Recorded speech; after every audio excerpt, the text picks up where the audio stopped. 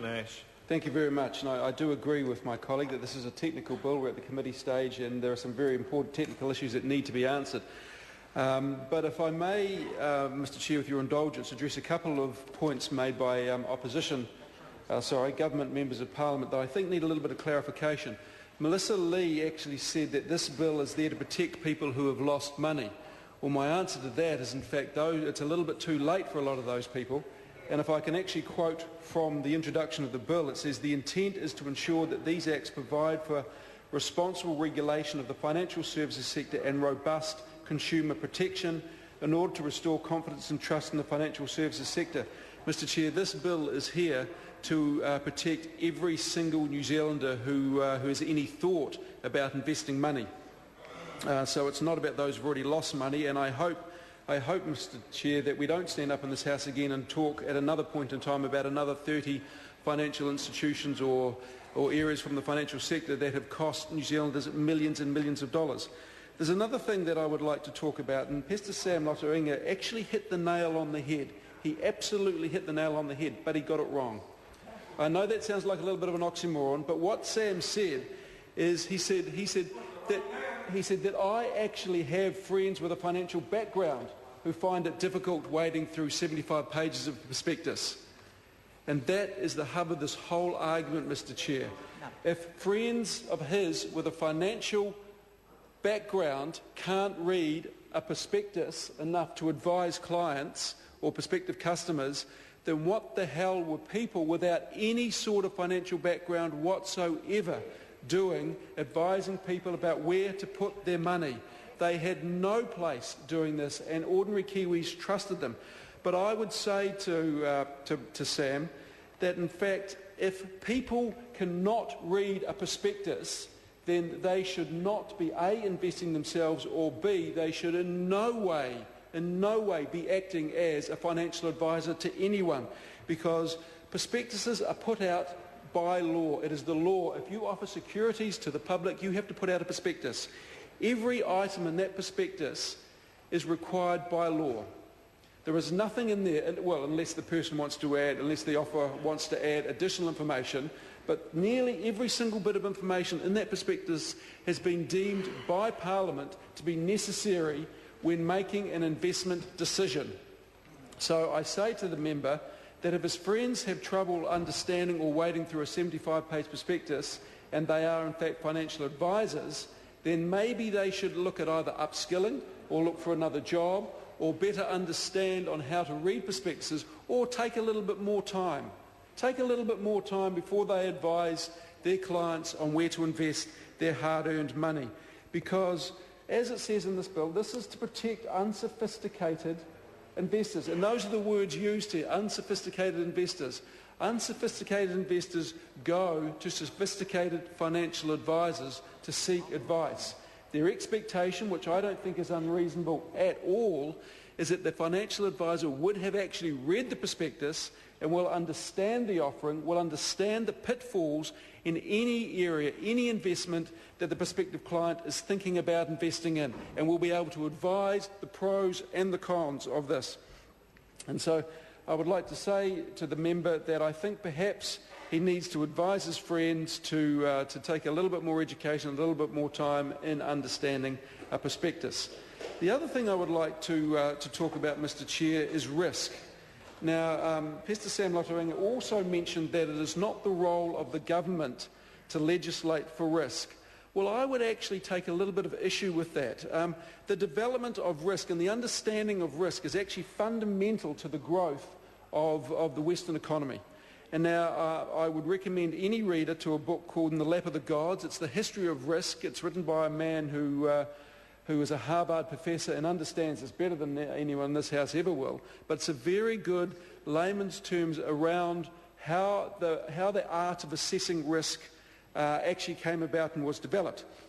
It is difficult to regulate for risk, but it is something that is vital if we're to get the whole global economy up and running again. Now, this financial crisis has come about due to the misinterpretation of risk or not understanding risk. And we had a case where, for example, Moody's, who's a credit rating agency, was giving a AAA rating to organisations who, in fact, were carrying items on their balance sheets. Mr. Chair. Go Stuart Nash. Thank you very much, Mr. Chair. That had items on their balance sheet which were incredibly high risk, so not even Moody's were able to effectively assess the risk of a lot of the offerings. So what is now taking place is governments around the world, including our own one, and this is part of this, are now understanding that assessing risk and legislating for poor risk is actually an important part of getting the global economy up and running. Now, there is something called the risk-free rate of return, and basically that is, it's actually US Treasury bonds. That is basically classed as the safest thing that any investor can invest in, because if the US government can't honour government bonds, then we're in a hell of a lot of trouble. So that's a risk-free rate of return. So theoretically, everything that pays a risk over and above US government bonds has a certain level of risk attached. But I would argue, Mr. Chair, and I have, that the risk associated with incompetent or with negligent or with unprincipled financial advisors is not a risk that investors should be forced to take on. However, it was a risk associated with the financial services sector before this regulation came into place. But that is not a risk that people should be asked to assess. And the member also makes a very good comment.